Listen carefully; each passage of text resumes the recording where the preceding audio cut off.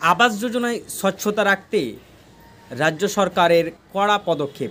হ্যাঁ, এবারে পঞ্চায়েত স্তরে যে সমস্ত আবাস যোজনাগুলো দেওয়া হবে তাদের নাম নথিভুক্তকরণ থেকে শুরু করে নিয়ে ভিডিওগ্রাফি এবং প্রতিটি পঞ্চায়েত স্তরে গঠন করা হবে একটি করে দল, যে দলে থাকবেন সরকারি আধিকারিকরা, বিডিও থেকে নিয়ে এসডিও এবং জেলাশাসক, তার সঙ্গে যুক্ত করা হয়েছে থানার ওসিদের।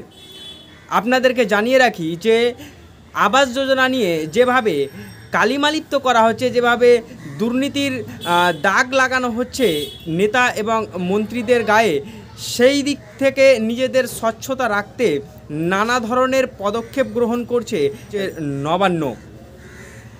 আপনাদেরকে জানিয়ে রাখি যে নবান্ন কি বলেছে। প্রতিটি পঞ্চায়েত স্তরে নাম নথিভুক্তকরণের সঙ্গে সঙ্গে তাদেরকে প্রত্যেকটা জায়গায় নিজে গিয়ে ভেরিফিকেশান করতে হবে, যাচাই করতে হবে এবং সেখানে গিয়ে ভিডিওগ্রাফি করতে হবে। তার সাথে সাথে কি রয়েছে যে প্রতিটি জায়গায় যে আধিকারিকরা তো থাকছেন, তার সাথে যুক্ত করা হয়েছে থানার আইসি এবং ওসিদের।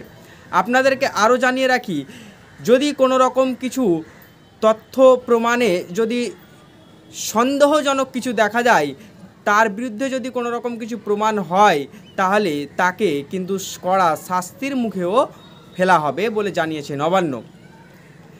কি আছে এই রাজ্যের যে আবাস যোজনায় স্বচ্ছতা আনার জন্য যে পরিকল্পনা গ্রহণ করেছে, চলুন আমরা তা বিস্তারিতভাবে জেনে নিব।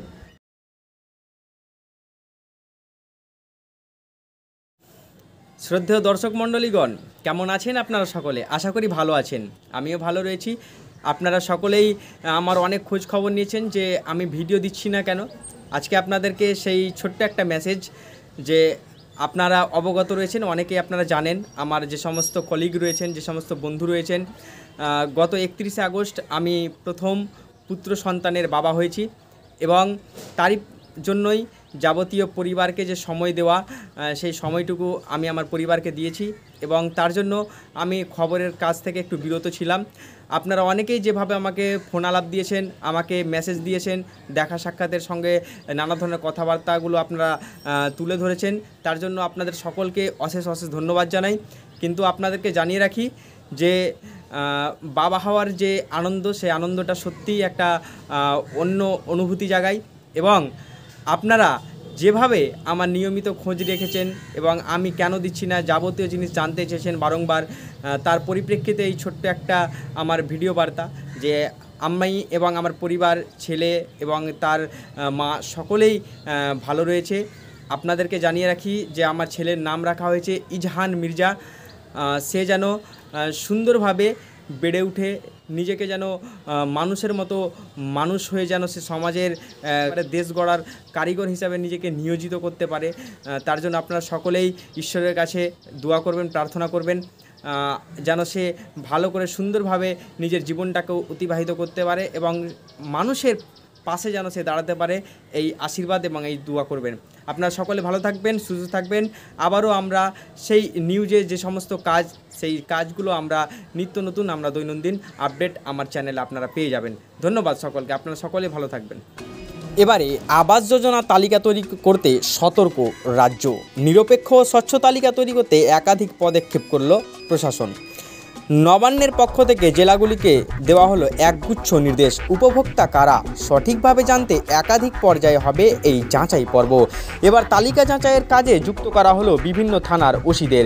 এছাড়াও প্রতিটি গ্রাম পঞ্চায়েত স্তরে একটি করে গঠন করা হবে দল, যে দলে সরকারি স্তরে আধিকারিকরা থাকবেন। সরকারি এই দল পঞ্চায়েত থেকে তালিকা সংগ্রহ করে বাড়ি বাড়ি গিয়ে যাচাই করবে। বাড়ি বাড়ি গিয়ে যাচাইয়ের পর্বে করতে হবে ভিডিওগ্রাফি। তালিকা স্বচ্ছতা রাখতে গ্রামে সভা ডেকে আলোচনা করতে হবে।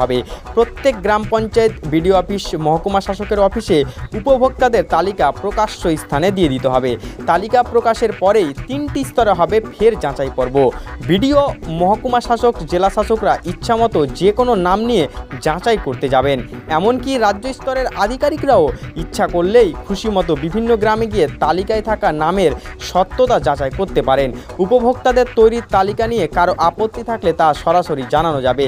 এজন্য প্রত্যেকটি প্রত্যেকটি বিডিও অফিসে অভিযোগপত্র জানানোর জন্য বাক্স রাখা হয়েছে। অভিযোগ পাওয়া মাত্রই 5টি কাজের দিনের মধ্যেই তা যাচাই করে সঠিকভাবে ব্যবস্থা নিতে হবে। কী ব্যবস্থা নেওয়া হলো তা অভিযোগকারীকে জানিয়ে দিতে হবে। প্রসঙ্গত উপভোক্তাদের তালিকা চূড়ান্ত হওয়ার পর তা প্রকাশ্যে দিয়ে দিতে হবে। তারপর সেই তালিকা দেখে যে কেউ অভিযোগ জানাতে পারেন। সেই অভিযোগের ভিত্তিতে পদক্ষেপ নিতে হবে। আবাস যোজনা তালিকা তৈরি নিয়ে নির্দেশ জেলাগুলিকে। প্রধানমন্ত্রী আবাস যোজনায় তৈরি হতে চলেছে আরও 3 কোটি বাড়ি। তৃতীয় দফায় নরেন্দ্র মোদী সরকারের কেন্দ্রীয় বাজেটে এমনটাই ঘোষণা করেছিলেন কেন্দ্রীয় অর্থমন্ত্রী নির্মলা সীতারমণ। আবাস যোজনার অধীনে আরও 3 কোটি অতিরিক্ত বাড়ি বানানো হবে চলতি বছর। তারই চলছে প্রস্তুতি। আবাস যোজনায় তালিকা তৈরিতে যাতে কেউ প্রভাবিত না করতে পারে তার জন্য সরকারি কর্মীদের দায়বদ্ধ করতে শর্ত আরোপ করা হলো। শাস্তিমূলক পদক্ষেপ করা হবে সরকারি কর্মীদের বিরুদ্ধে, এমনই জানিয়েছে নবান্ন। যদি তালিকায় থাকা একটি ভুয়ো নাম পাওয়া যায় সেক্ষেত্রে ধরে নেওয়া হবে তা ইচ্ছাকৃতভাবে করা হয়েছে। এক্ষেত্রে সংশ্লিষ্ট সরকারি কর্মীদের বিরুদ্ধে ইচ্ছাকৃতভাবে কাজে গাফিলতির জন্য শৃঙ্খলা ভঙ্গের শাস্তিমূলক ব্যবস্থাও নেওয়া হবে। স্বচ্ছ ও নিরপেক্ষ উপভোক্তাদের তালিকা তৈরির জন্য শাস্তিমূলক পদক্ষেপ নেওয়ার কথা বলে জেলাগুলিকে সতর্ক করা হয়েছে নবান্নের পক্ষ থেকে। ব্যুরো রিপোর্ট, টি নিউজ বাংলা। গ্রাম পঞ্চায়েত স্তরে আবাস যোজনার বাড়িগুলোকে আগামী ডিসেম্বরের মধ্যেই সরকার তাদের খাতায় অর্থ বরাদ্দ করে দেবে এবং সেই টাকা যেন সঠিকভাবে পৌঁছায় সেই দিকেও লক্ষ্য রাখারও নির্দেশ দেওয়া হয়েছে।